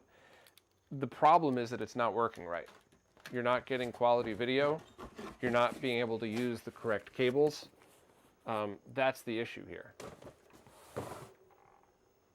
I'm sure I forgot to. Yeah, let me set that correctly and pop the sucker open.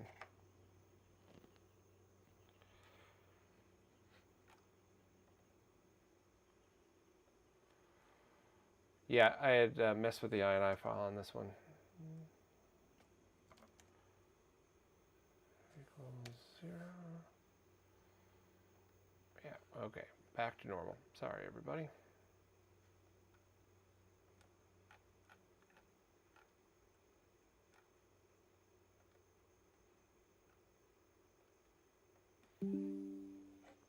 Of course, open it up. What kind of question is that? Sure. All right. Let me grab my little toolkit here, and we'll have at it.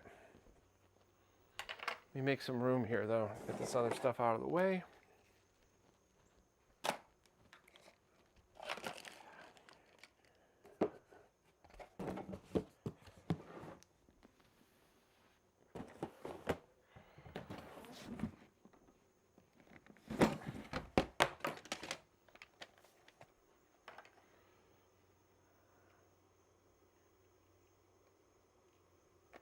Oh yeah, that it wasn't designed to do S-Video or composite. Okay, I got you.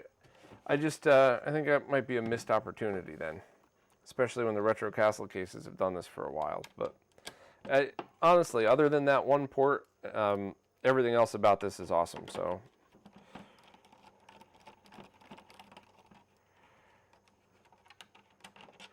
If I can't get this back together, it's Ash's fault.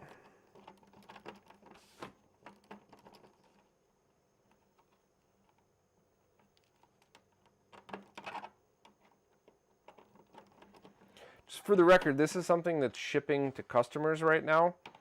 I'm mentioning that only because if this were a prototype or something I was trusted with, I would not be opening it up without permission. But once it's something that is publicly available, then, you know, what are we waiting for? You know what? Let me get an arcade game going in the background just so we have something fun to look at while I'm messing around with this. X-Men, why not?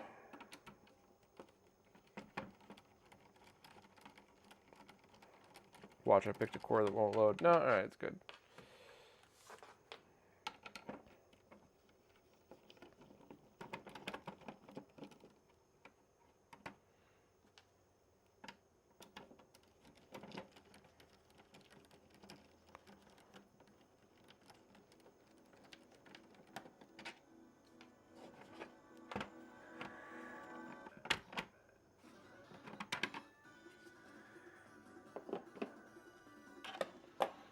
Alright, shaky cam everybody.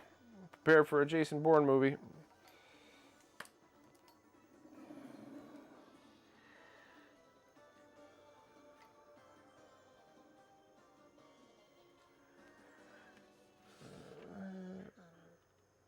Open up.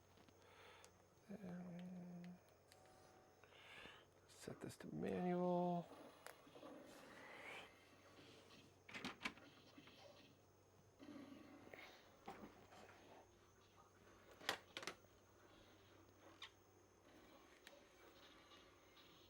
Any update from Arcuda? No, not since the last post. And they're supposed to be sending me one as soon as it's available to do my normal deep dive testing.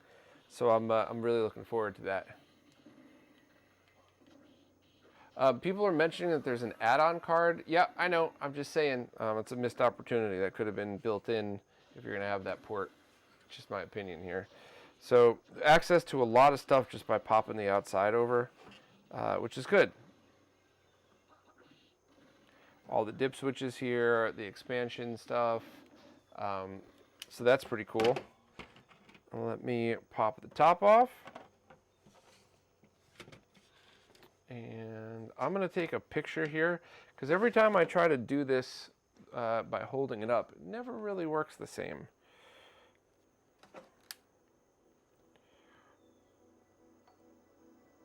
And believe it or not, a phone with a built-in macro mode often works better than a camera with a macro lens. You just got to get it.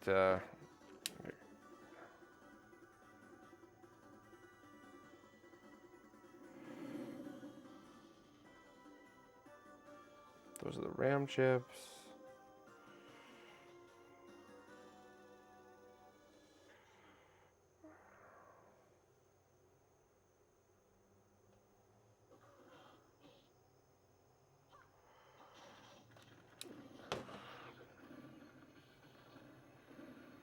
Okay, so I got the USB hub chips.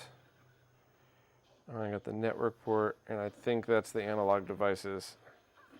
Well, I'll upload these.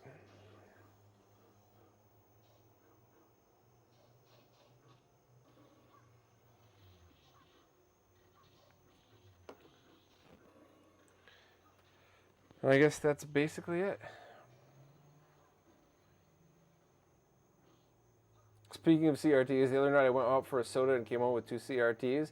My kind of people right there.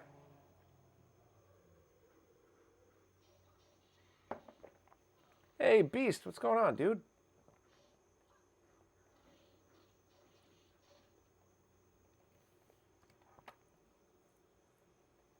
Okay, so let's go over here. ADV 7513. Is that what Ash had guessed? 7513. There you go. Wait, that's for HDMI? Wait, then I gotta find the DAC chip then. Alright, well.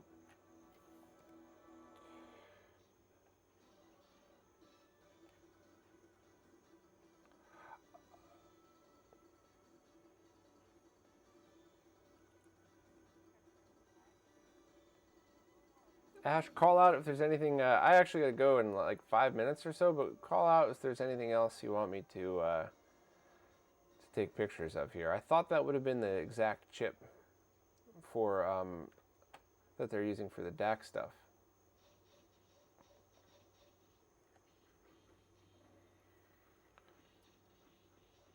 So I'm looking for the digital to analog conversion chips. Maybe. Is it possible it's on the bottom?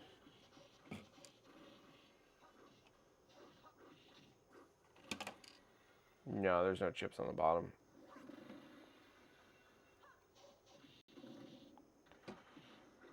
Okay.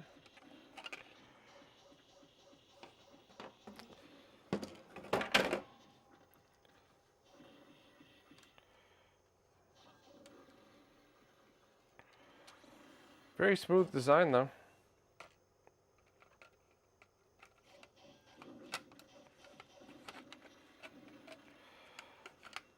I gotta turn this monitor off, though. It's so good, it's just reminding me how crap my other monitor is. All right.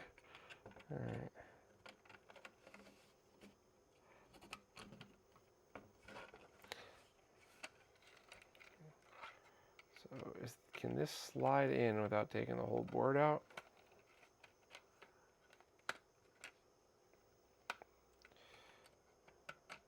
Yes, it can. So that's great. So then the buttons don't have to worry too much about that. And we just kind of wiggle around until it pops into place, right?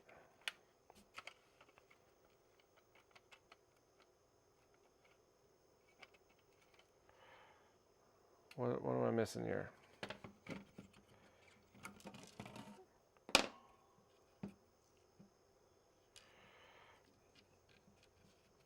All right, I guess this is going to be the last couple minutes of the stream, is figuring out how to get this all back together.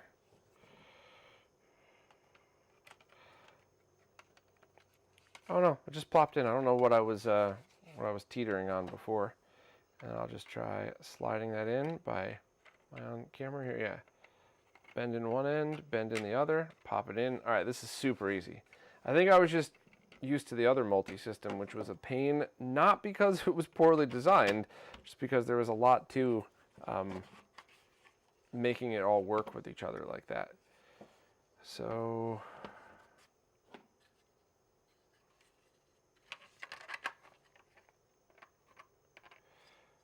all right, so that's cool. So the main case screws are the long ones over here, and then the side ones are the other ones. I'll show that again. Let me do these. I'll slap it back together, and then I'll show the other ones real quick. Any other questions? Now is the time, because I got to bail in a couple minutes.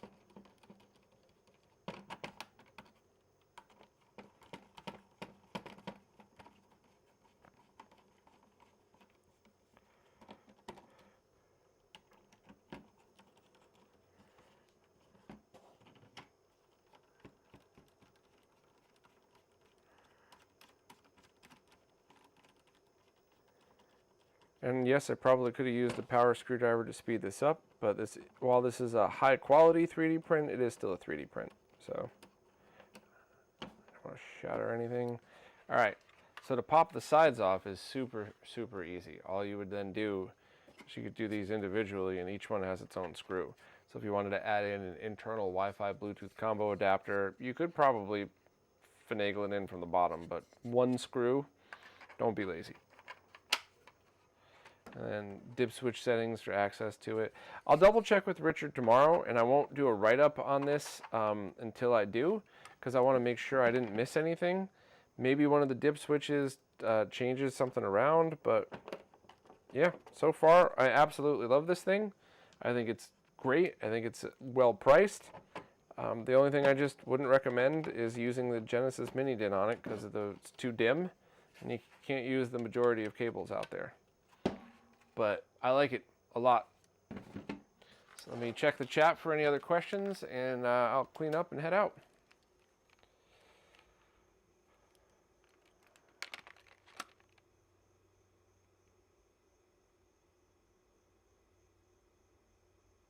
Am I sharing another screen? Oh, geez.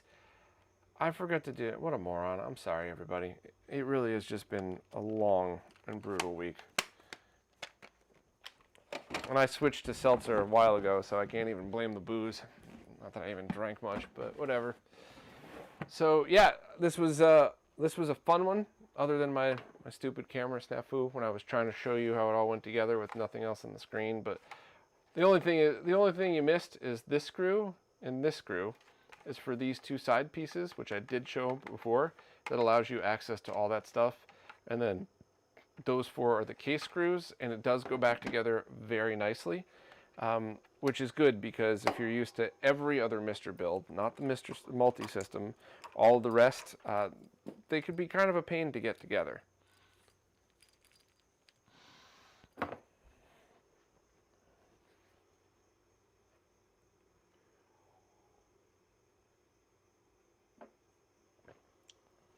All right, any other questions or anything else? If not, as soon as I put this stuff away, I am out of here. And I'm sorry for overlapping on the Shiro stream. I like those guys a lot, all of them. I did not intend to do that.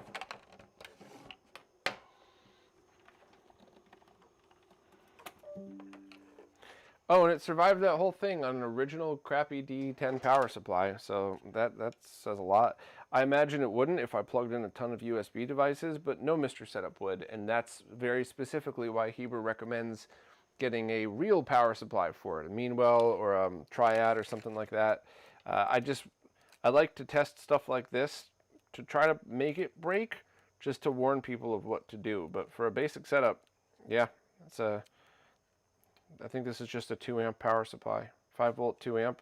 So 4 amp is best, but yeah, that's awesome. All right. Oh, Sarek, what's up, man? Good to see you. Cyruk, sorry. But yep.